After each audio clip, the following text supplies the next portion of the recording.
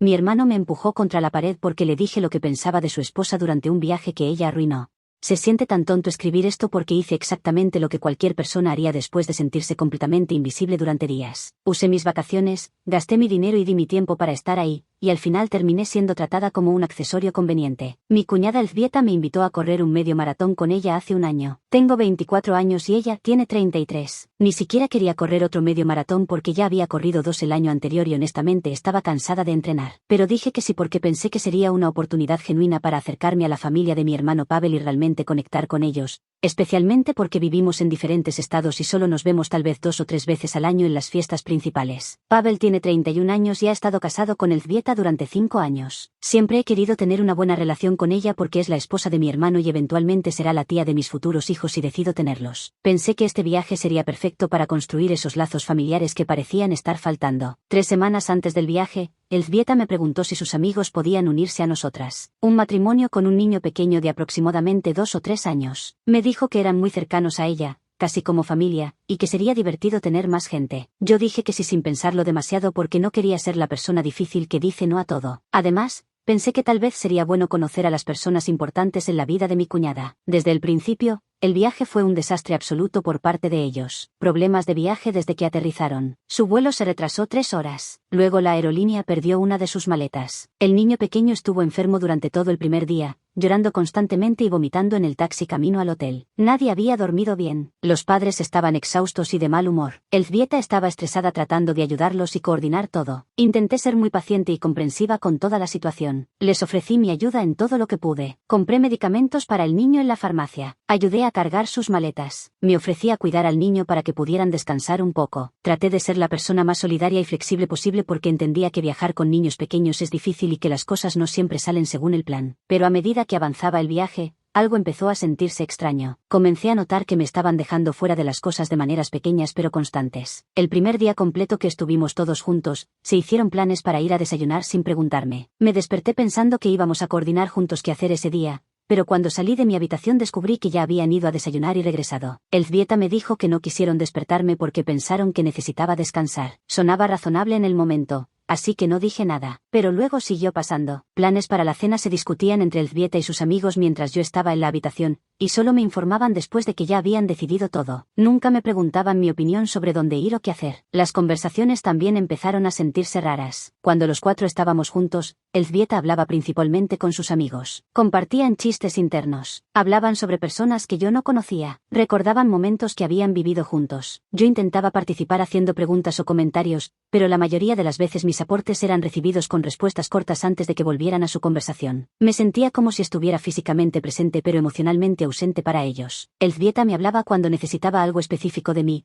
como confirmar la hora de salida para la carrera o preguntarme si podía cuidar al niño por un momento. Pero las conversaciones reales, las risas genuinas, la conexión que yo había esperado tener con ella durante este viaje, simplemente no estaban sucediendo. Usé mis días de vacaciones pagados para estar ahí. Gasté aproximadamente $1,200 entre vuelos, hotel, comidas y la inscripción para la carrera. Invertí tiempo entrenando durante meses para estar lista. Y lentamente, día tras día, comenzó a sentirse como si solo me hubieran invitado para que Elzbieta no tuviera que correr sola, como si yo fuera una compañera de carrera conveniente más que una cuñada con quien realmente quería pasar tiempo. Esa realización me dolió profundamente. Me enojó de una manera que no esperaba. Seguí intentando darle el beneficio de la duda a Elzbieta. Tal vez estaba distraída con sus amigos. Tal vez no se daba cuenta de cómo me estaba haciendo sentir. Tal vez yo estaba siendo demasiado sensible. Pero cada pequeña exclusión se acumulaba. El momento que realmente me rompió fue la mañana del 4.º día. La carrera era al día siguiente, así que todos habíamos acordado la noche anterior que descansaríamos y dormiríamos hasta tarde esa mañana para estar frescos. Me fui a dormir con esa expectativa. Cuando me desperté alrededor de las 9 de la mañana, salí de mi habitación esperando encontrar a todos todavía durmiendo o tal vez empezando a despertar. Pero el pasillo estaba en silencio. Toqué la puerta de la habitación de Elzbieta. Nada. Llamé a su celular. No contestó. Bajé al lobby del hotel pensando que tal vez habían bajado a desayunar. No estaban ahí. Finalmente, alrededor de las 10 de la mañana, recibí un mensaje de texto de Elzbieta diciendo que habían programado citas en un spa por la mañana y que volverían al hotel alrededor del mediodía. Que disculpara no haberme dicho antes. Me quedé ahí parada en el lobby del hotel mirando ese mensaje sintiéndome completamente estúpida. Habían hecho planes, reservado citas, se habían ido, todo sin siquiera decirme. Ni siquiera me dieron la opción de unirme o de declinar. Simplemente me dejaron durmiendo y se fueron. En ese momento algo dentro de mí se rompió. Ya no podía seguir dándoles el beneficio de la duda. La realidad era clara. No les importaba si yo estaba incluida o no. Yo era una pieza conveniente en su viaje, no una persona cuya compañía realmente valoraran. Pasé esa mañana sola caminando por las calles cerca del hotel, llorando ocasionalmente de frustración y decepción. Había venido hasta aquí con tantas esperanzas de fortalecer lazos familiares y en cambio me sentía más alejada que nunca. Esa tarde, después de que regresaron del spa luciendo relajados y felices, decidí que necesitaba hablar con alguien sobre cómo me sentía. No podía guardármelo más. Pavel había llegado esa mañana. Él no había podido venir desde el principio porque tenía compromisos de trabajo, pero se había unido a nosotros para ver la carrera y pasar el último día del viaje con todos. Pensé que tal vez él entendería, que podría hablar con su esposa. Esperé hasta que tuvimos un momento a solas. Estábamos en el pasillo del hotel, lejos de los demás. Le dije que necesitaba hablar con él sobre algo importante. Podía ver en su cara que estaba confundido, pero me dijo que adelante. Empecé explicándole todo lo que había estado sintiendo durante el viaje, cómo me había sentido excluida de los planes, cómo las conversaciones se sentían superficiales conmigo, cómo había usado mis vacaciones, mi dinero y mi tiempo para estar ahí y sentía que solo me habían invitado por conveniencia. Le dije que esa mañana cuando me dejaron durmiendo y se fueron al spa sin siquiera decirme había sido el punto de quiebre para mí, que me había dolido profundamente. Estaba emocionada mientras hablaba. Las lágrimas empezaron a caer. Mi voz se quebraba. Pavel me escuchaba con una expresión que no podía descifrar completamente. En algún punto mientras me desahogaba, mientras explicaba cuán herida y decepcionada me sentía, dije algo sobre Elzbieta. No recuerdo exactamente las palabras que usé. Creo que dije algo como que su esposa había sido egoísta. Fue algo así. No fue un insulto terrible, pero en ese momento, abrumada por la emoción, solté ese juicio sobre ella. La reacción de Pavel fue instantánea y aterradora. El ambiente cambió en un segundo. Su expresión se endureció. Me preguntó si acababa de llamar a su esposa lo que pensó que había dicho. Yo estaba confundida por su tono. Le dije que solo estaba expresando cómo me sentía, que había sido herida. Pavel alzó la voz. Me preguntó cómo me atrevía a hablar así de Elzbieta. Me llamó inmadura. Me dijo que estaba siendo estúpida, que estaba exagerando toda la situación. Yo intenté explicar de nuevo. Intenté que me escuchara. Las lágrimas seguían cayendo. Le dije que solo quería que entendiera mi perspectiva. Él se enojó más. Empezó a gritarme directamente en la cara. Exigía que me disculpara inmediatamente por lo que había dicho sobre Elzbieta. Yo estaba en shock. No podía procesar cómo habíamos pasado de mí compartiendo mis sentimientos heridos al gritándome y exigiendo disculpas. No respondí lo suficientemente rápido. Estaba paralizada tratando de entender qué estaba pasando. Entonces Pavel perdió el control completamente. Me empujó contra la pared del pasillo con mucha fuerza. Mi espalda golpeó la pared y el aire salió de mis pulmones. Antes de que pudiera reaccionar, me empujó de nuevo, y luego otra vez. Cada empujón era más fuerte que el anterior. Yo tenía miedo real en ese momento, miedo de que me hiciera más daño. Finalmente dije lo siento. Lo dije solo para que parara, para que dejara de tocarme. Pavel retrocedió. Respiraba agitadamente. Me miró como si yo fuera el problema. Me alejé de él lo más rápido que pude. Entré a mi habitación temblando. Cerré la puerta con seguro. Me senté en el suelo de la habitación del hotel llorando y tratando de procesar lo que acababa de pasar. Mi hermano, la persona que se suponía que me protegiera, me había empujado violentamente contra una pared. Me había gritado en la cara. Me había hecho sentir miedo físico. Y todo porque expresé que me había sentido herida por el comportamiento de su esposa. Empaqué mis maletas esa noche. Cambié mi vuelo para salir a primera hora de la mañana siguiente. Le envié un mensaje de texto a Pavel diciéndole que me iba. Él respondió rogándome que me quedara un día más. Que lo sentía. Que había reaccionado mal. Que podíamos hablar de esto. Le dije que no me sentía segura. En la mañana,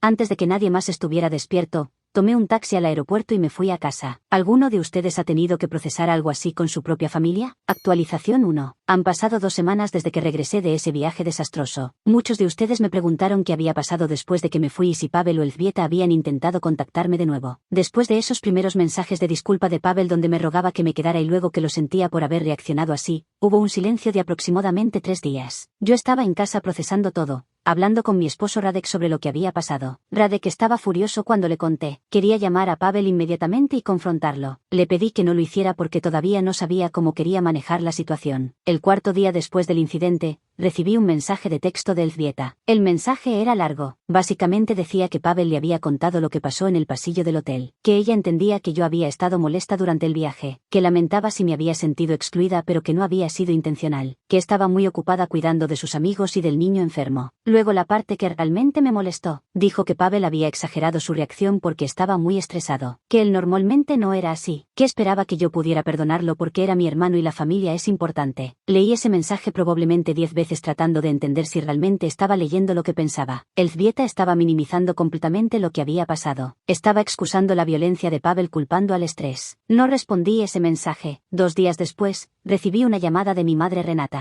Vive en otro estado también y no había estado en el viaje. Pavel aparentemente la había llamado y le había contado su versión de los eventos. Mi madre me preguntó qué había pasado realmente. Le conté toda la historia desde el principio. Cuando terminé, hubo una pausa larga. Luego dijo algo que me destrozó. Me dijo que entendía que estaba herida pero que Pavel era mi hermano. Que la familia perdona. Que tal vez yo había dicho algo que realmente lo molestó y por eso reaccionó así. No podía creer lo que estaba escuchando. Mi propia madre estaba sugiriendo que yo tenía parte de la culpa por haber sido empujada contra una pared. Le dije que no importaba que hubiera dicho, nada justificaba que me pusiera las manos encima. Mi madre suspiró y dijo que estaba siendo muy dramática. Que Pavel me había empujado. No me había golpeado, que necesitaba dejar ir esto y seguir adelante por el bien de la familia. Radek me animó a hablar con un terapeuta sobre todo esto. Encontré una que se especializa en trauma familiar y he tenido 2 sesiones con ella hasta ahora. Ha sido útil tener a alguien que valide mis sentimientos y me ayude a entender que lo que pasó no fue mi culpa. Pavel me envió otro mensaje la semana pasada. Ya no sonaba arrepentido, sonaba defensivo. Decía que había hablado con Elzbieta sobre todo y que ella le confirmó que había tratado de incluirme durante el viaje, que tal vez yo había malinterpretado las cosas. Luego dijo que él había reaccionado fuertemente en el pasillo porque lo que yo dije sobre Elzbieta lo había herido profundamente, que había cruzado una línea. Ese mensaje me mostró claramente dónde estaba parado Pavel. No iba a asumir responsabilidad real por lo que hizo. No respondí ese mensaje tampoco. He decidido que necesito distancia de Pavel y de Elzbieta por ahora. No sé si alguna vez podré tener una relación normal con ellos después de esto. Mi terapeuta dice que está bien poner límites con la familia, que no tengo que perdonar o reconciliarme solo porque son familia. Algunos miembros de la familia extendida se han enterado de lo que pasó a través de rumores. Algunos me han llamado para preguntar mi versión. Otros han tomado el lado de Pavel sin siquiera preguntarme qué pasó. Es doloroso ver cómo la familia se divide sobre esto, pero también es revelador ver quién realmente se preocupa por entender mi perspectiva versus quien solo quiere que todo vuelva a la normalidad sin importar cómo me sienta yo. ¿Ustedes han tenido que poner límites con miembros de la familia después de que los lastimaron? Actualización 2. Han pasado 2 meses desde el incidente y la situación con Pavel ha escalado de maneras que nunca imaginé. Aproximadamente 3 semanas después de mi última actualización, Pavel apareció en mi casa sin avisar. Radek estaba en el trabajo y yo estaba sola. Cuando miré por la mirilla vi a mi hermano parado ahí. Mi primer instinto fue no abrir. Mi corazón empezó a latir rápido, pero él siguió tocando. Luego empezó a llamarme por mi nombre. No quería que los vecinos escucharan, así que finalmente abrí la puerta, pero no lo dejé entrar. Me quedé en el umbral bloqueando la entrada. Le pregunté qué quería. Pavel se veía cansado. Dijo que había manejado 4 horas para venir a verme, que necesitábamos resolver esto. Le dije que no era una pelea, que él me había agredido físicamente. Pavel hizo una expresión de frustración. Dijo que estaba exagerando lo que pasó, que sí, me había empujado, pero que no me había lastimado realmente, que no tenía moretones, que necesitaba dejar de actuar como si fuera una víctima. Esas palabras me cortaron profundamente. Le dije que no importaba si tenía moretones visibles, que me había hecho sentir miedo. Pavel negó con la cabeza. Dijo que yo estaba siendo influenciada por Radek, que probablemente Radek me estaba metiendo ideas en la cabeza. Le dije que Radek no tenía nada que ver con esto. Pavel entonces cambió de táctica. Empezó a decir que él era mi hermano, que habíamos crecido juntos, que cómo podía estar dispuesta a destruir nuestra relación por un momento de enojo. Le respondí que él había destruido nuestra relación cuando decidió responder a mi dolor emocional con violencia. Pavel se estaba frustrando más. Subió el tono de voz. Preguntó qué quería de él. Le dije que lo único que quería era que reconociera completamente lo que había hecho sin justificaciones. Pavel dijo que ya se había disculpado múltiples veces, que si eso no era suficiente entonces el problema era mío. En ese momento le pedí que se fuera. Pavel no se movió, se quedó ahí parado mirándome. Luego dijo algo que me heló la sangre. Dijo que si yo insistía en mantener esta distancia, entonces iba a tener que tomar decisiones difíciles sobre nuestra relación familiar, que no podría invitarme a eventos familiares y yo iba a estar creando drama, que Elzbieta no se sentía cómoda alrededor de mí ahora. Le dije que si esa era su decisión, que la tomara, que yo no iba a ser manipulada para perdonar abusos solo para mantener mi lugar en la familia. Pavel finalmente se fue después de eso. Inmediatamente llamé a Radek y le conté lo que había pasado. Radek dijo que deberíamos considerar una orden de restricción. Hablé con mi terapeuta sobre esto en mi siguiente sesión. Decidimos que iba a enviarle un mensaje de texto claro estableciendo límites. Le escribí que no era bienvenido a aparecer en mi casa sin avisar, que cualquier comunicación futura tenía que ser por mensaje de texto, que si violaba estos límites, consideraría opciones legales. Pavel respondió con un mensaje lleno de ira, llamándome egoísta, diciendo que estaba destruyendo a la familia. No respondí ese mensaje. 2 semanas después, mi madre me llamó de nuevo. Esta vez, estaba llorando. Me dijo que Pavel le había contado sobre su visita a mi casa, que le había roto el corazón que yo lo tratara tan fríamente. Le dije a mi madre que no era frialdad, que era autoprotección. Ella dijo que estaba siendo ridícula, que Pavel nunca me haría daño real, que necesitaba ser la adulta en esta situación. Esa llamada me hizo darme cuenta de que mi madre probablemente nunca iba a entender mi perspectiva, que para ella, mantener la imagen de familia unida era más importante que validar mi experiencia. ¿Alguno de ustedes ha tenido que aceptar que su familia nunca va a apoyarlos? Actualización 3. Han pasado 4 meses desde el viaje desastroso. Hace aproximadamente un mes, empecé a recibir mensajes de otros miembros de la familia, tíos, primas, incluso la abuela de 80 años, todos con el mismo mensaje básico, que necesitaba perdonar a Pavel, que la familia es para siempre, que mi negativa a reconciliarme estaba causando dolor a todos. Lo interesante es que ninguno de estos familiares me preguntó mi versión. Ninguno mostró interés en entender por qué estaba tan herida. Solo repetían lo que Pavel les había contado. Decidí que ya era suficiente. Escribí un mensaje largo explicando exactamente lo que había pasado, los detalles de cómo me sentí excluida durante el viaje, la conversación donde intenté expresar mis sentimientos, la reacción violenta de Pavel. Lo envié a un grupo familiar. Las respuestas fueron mixtas. Algunos simplemente no respondieron. Otros enviaron mensajes diciendo que entendían mi perspectiva pero que aún así debería perdonar. Unos pocos me enviaron mensajes privados diciendo que no sabían que había sido tan grave. Mi prima Malgorzata fue una de las pocas que me apoyó abiertamente. Me dijo que hace años Pavel había tenido un incidente similar con un amigo cercano. Aparentemente habían tenido una discusión y Pavel había empujado a su amigo. El amigo había terminado la amistad inmediatamente. Malgorzata dijo que siempre supo que Pavel tenía problemas para controlar su ira pero que la familia siempre lo excusaba. Esta información me confirmó que no era la primera vez que Pavel reaccionaba con violencia física, que había un patrón de comportamiento que la familia había estado ignorando durante años. Hace 2 semanas, Elzbieta me bloqueó en todas las redes sociales. Pavel también me bloqueó poco después. Mi madre me llamó hace una semana para decirme que Pavel y Elzbieta estaban organizando una cena familiar grande para Navidad y que todos estaban invitados excepto yo. Dijo esto como si esperara que me molestara. Le dije que estaba bien con eso, que Radek y yo haríamos nuestros propios planes. Mi madre pareció sorprendida de que no estuviera molesta. Luego intentó otro ángulo. Preguntó qué iba a pasar cuando Pavel y Elzbieta tuvieran hijos. Si yo realmente iba a negarme a conocer a mis sobrinos por un rencor. Le dije que si tenían hijos, esperaba que Pavel buscara ayuda profesional para sus problemas de control de ira antes de ser padre. Mi madre dijo que estaba siendo cruel. Ella colgó después de eso. Radek y yo hemos empezado a construir nuestra propia red de apoyo fuera de mi familia biológica. Sus padres han sido increíblemente solidarios. Sus hermanas me han acogido como familia. Tenemos amigos cercanos que han estado ahí para nosotros. Me he dado cuenta de que la familia no siempre es la gente con quien compartes sangre. A veces es la gente que eliges tener en tu vida. Mi terapeuta me ha ayudado a trabajar a través del duelo que siento por la pérdida de estas relaciones familiares. Porque aunque fui yo quien estableció los límites, todavía duele saber que mi hermano, mi madre, y gran parte de mi familia extendida eligieron la comodidad de mantener la paz sobre apoyarme cuando necesitaba ese apoyo. ¿Ustedes creen que el perdón es algo que siempre debemos buscar o hay situaciones donde está bien simplemente seguir adelante sin perdonar? Actualización 4. Ha pasado un año completo desde aquel viaje que cambió completamente mi relación con mi familia. Después de mi última actualización donde conté cómo la familia me había excluido de la cena de Navidad,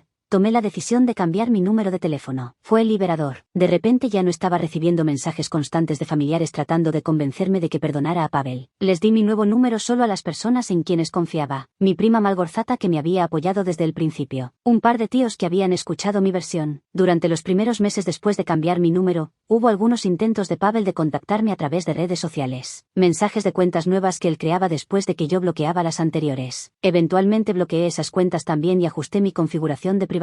Hace aproximadamente 6 meses, Malgorzata me contó que Pavel y Elzbieta estaban teniendo problemas en su matrimonio. Aparentemente Pavel había tenido otro incidente de ira, esta vez con un compañero de trabajo durante una reunión. El incidente había sido lo suficientemente serio que Recursos Humanos se involucró. Pavel no fue despedido pero recibió una advertencia formal y le recomendaron fuertemente que buscara manejo de ira. Según Malgorzata, Elzbieta estaba comenzando a ver el patrón que el resto de nosotros habíamos visto durante años. No sentí satisfacción al escuchar esto, solo sentí tristeza de que había tomado tanto tiempo para que alguien cercano a Pavel finalmente lo viera claramente. Radek y yo nos mudamos hace 3 meses. Encontramos una casa que nos encantó en un vecindario hermoso. Estamos construyendo nuevas memorias aquí, memorias que no están manchadas por el peso de relaciones rotas. Mi terapeuta y yo hemos estado trabajando en mi trauma familiar durante todo este año. He aprendido que establecer límites no me hace egoísta, que priorizar mis seguridad física y emocional no me hace dramática. Hace 2 meses, hubo un funeral de un tío lejano. Sabía que Pavel y el resto de la familia estarían ahí. Decidí no ir. Algunas personas me dijeron que estaba siendo inmadura, pero yo sabía que no era capaz emocionalmente de estar en el mismo espacio que Pavel. Malgorzata me representó en el funeral. Puso flores de mi parte. Radek y yo hemos empezado a hablar sobre formar nuestra propia familia, sobre tener hijos en los próximos años. Esa conversación inevitablemente lleva a preguntas sobre qué rol, si alguno, mi familia biológica tendría en las vidas de nuestros futuros hijos. Es complicado. Parte de mí siente que los niños merecen conocer a sus abuelos y tíos. Otra parte recuerda cómo mamá minimizó la violencia de Pavel. No sé si quiero exponer a mis hijos a esas dinámicas. Radek me apoya en cualquier decisión que tome. Dice que nuestros hijos tendrán mucho amor de su lado de la familia, que no necesitan estar conectados con gente tóxica solo porque comparten sangre conmigo. Hace un mes recibí un email de Pavel. Había encontrado mi email de trabajo. El email era largo. Decía que había estado en terapia durante los últimos 4 meses, que su terapeuta lo había ayudado a entender que tiene problemas serios con el control de ira, que finalmente entendía que lo que me hizo en ese pasillo fue abuso, que no había excusa, que sentía profundamente haberme hecho daño, que entendía si nunca podía perdonarlo pero que quería que supiera que estaba trabajando en ser mejor. Leí ese email varias veces. Radek lo leyó conmigo. Mi terapeuta y yo lo discutimos en mi siguiente sesión. Era el primer reconocimiento real de Pavel, el primero sin justificaciones. Decidí responder. Le escribí que apreciaba que finalmente estuviera haciendo el trabajo de entender su comportamiento, que esperaba que continuara con la terapia, que todavía no estaba lista para tener contacto directo pero que tal vez algún día. Pavel respondió agradeciendo mi respuesta. Dijo que entendía que necesitara espacio, que no me presionaría. Desde entonces no ha intentado contactarme de nuevo. Malgorzata me dice que Pavel ha seguido yendo a terapia consistentemente, que las cosas con el Zvieta han mejorado desde que él empezó a trabajar en sus problemas. Me alegro por él, genuinamente, pero su sanación no significa automáticamente que nuestra relación pueda ser reparada. En cuanto a mamá, hace 3 semanas me envió una carta física a mi casa nueva. La carta era corta. Decía que había estado reflexionando mucho, que tal vez no había sido la madre que yo necesitaba, que su instinto de proteger a Pavel había sido más fuerte que su instinto de protegerme a mí, que lo sentía, que me extrañaba. No he decidido todavía si voy a responder esa carta. Radek dice que tome mi tiempo, que la decisión es completamente mía. Lo que sí sé es que estoy en un lugar mucho mejor ahora que hace un año. He sanado mucho. He aprendido que merezco ser tratada con respeto, que mi valor no está determinado por cuánto puedo aguantar o perdonar. Radek y yo estamos felices. Nuestra vida es pacífica. Y si algún día decido abrir la puerta a una relación con Pavel o con mamá, será en mis términos. Será cuando yo esté lista. Para aquellos que han seguido mi historia desde el principio, gracias. Gracias por validar mis sentimientos cuando mi propia familia no lo hizo. Mi consejo para cualquiera en una situación similar es este. No dejes que nadie te convenza de que tienes que perdonar por el simple hecho de que alguien es familia. Tú mereces relaciones que sean seguras y respetuosas. Y si establecer límites significa perder algunas relaciones,